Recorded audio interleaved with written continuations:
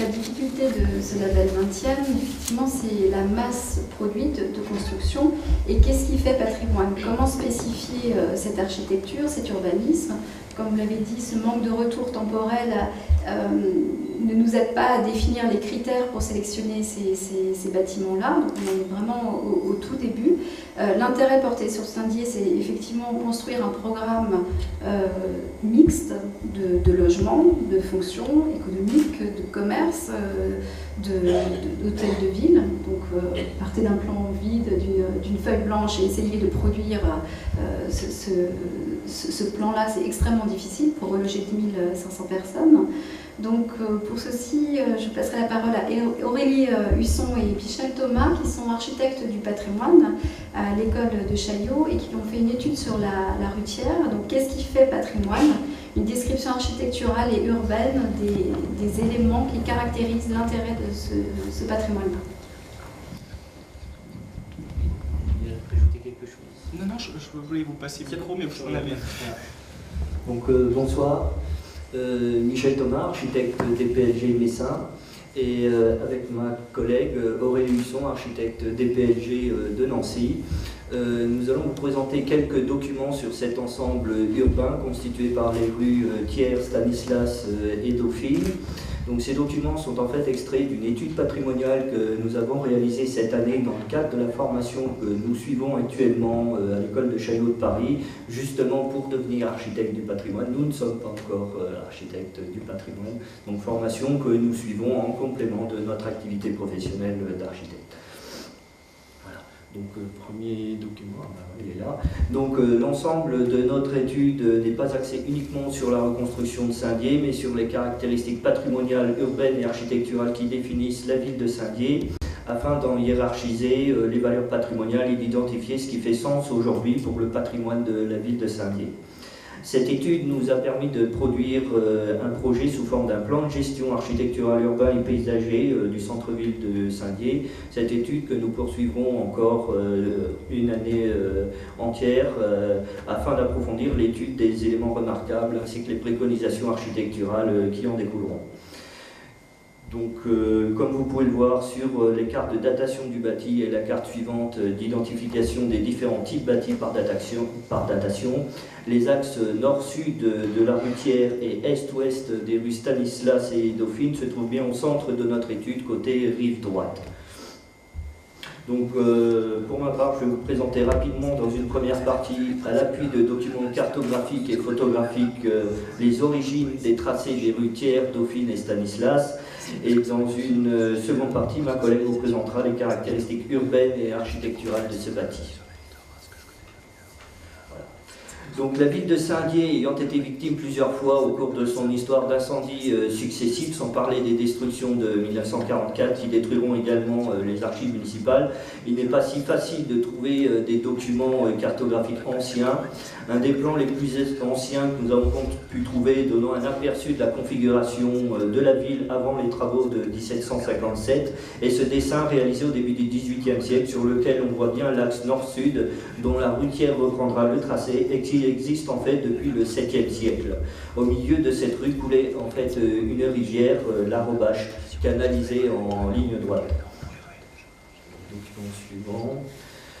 Donc, suite à un incendie particulièrement destructeur le 27 juillet 1757, le centre de la ville sera reconstruit sous le règne de Stanislas les Inscrits par un triumvirat composé d'architectes ingénieurs dont Jean-Jacques Baligrand, Jean-Michel Carbonard et Jean-François Malbert. Ce sont eux qui reconstruiront la Grande Rue entre 1758 et 1761 en proposant un tracé rectiligne et qui créeront l'axe actuel des rues Dauphine et Stanislas qui croisent la Grande Rue et plaçant à l'angle nord-ouest un flamboyant hôtel de ville et à côté d'un théâtre. Très avancé en 1761, les travaux seront achevés en 1771. La reconstruction imposera de remplacer les maisons de bois par des maisons de pierre. On distingue encore sur ce plan l'ancien tracé tortueux de la Grande Rue avec les anciennes limites des parcelles. La Grande Rue prendra le nom de rue Royale jusqu'en 1883 et un projet de place royale sera même envisagé à l'extrémité nord. Donc, document suivant. Voilà, la carte du cadastre parcellaire napoléonien de 1825, avec figurant en bleu les édifices religieux et bâtiments publics, et en rouge le bâti déjà construit. Le parcellaire figurant sur le cadastre napoléonien de 1825 est très caractéristique d'un parcellaire médiéval, plus ancien que le XVIIIe siècle, étroit, très profond et en lanière, non perpendiculaire aux grands axes de la Rutière qui prendra cette dénomination en 1883, et de la rue Stanislas qui ont été réalignés et élargis au XVIIIe siècle. On identifie bien les parcelles les plus récentes, de plus grande dimension, regroupées au XVIIIe siècle ou destinées à accueillir des grands bâtiments publics. Les parcelles, encore majoritairement très étroites et très allongées de part et d'autre de la Rutière, sont occupées par un bâti doté d'une ou plusieurs cours intérieures avec jardin à l'arrière, jardin beaucoup plus spacieux côté ouest qui possède une plus grande réserve foncière, la partie est, sur le bâti de la partie est étant déjà très dense et saturée. Carte suivante. Donc ici vous avez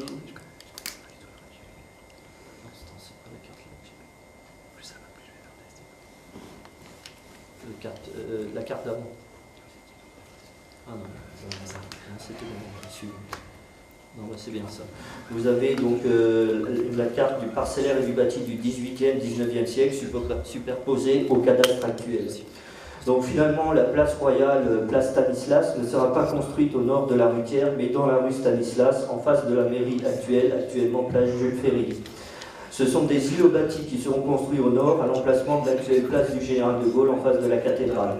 La rue Stanislas conservera son tracé, de même que la Rutière, sauf dans sa partie nord et au sud, où l'on peut voir un rétrécissement de la voie pour déboucher sur la Meurthe, héritage de la fermeture de la ville par une porte à cet endroit.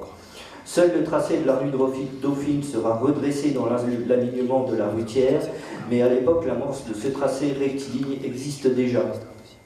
A noter également que l'enceinte entourant la ville n'existe plus en 1825, mais que son tracé est encore bien perceptible à travers le réseau des rues existantes érigées à sa place. Ce centre-ville conservera cette configuration urbaine jusqu'aux destructions de 1944. Voilà, donc ça, c'est une carte des destructions de la ville de Saint-Dié réalisée en 1947 par le ministère de la Reconstruction et de l'Urbanisme. En jaune, il figure les destructions estimées entre 0 et 25% maximum, et en rouge, les destructions comprises entre 75 et 100%.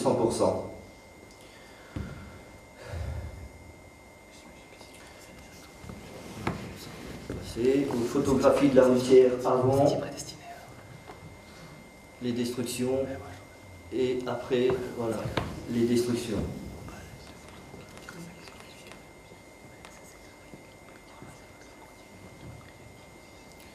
Voilà, ça peut passer. Quelques photographies aériennes de l'ensemble urbain, prises entre 1935 et 1961. Donc l'état de la ville avant.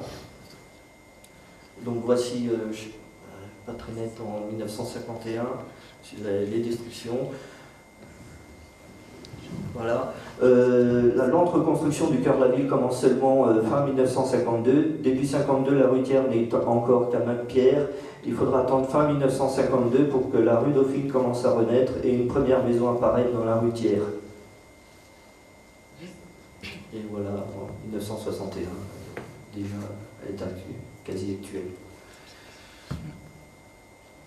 Je te laisse là.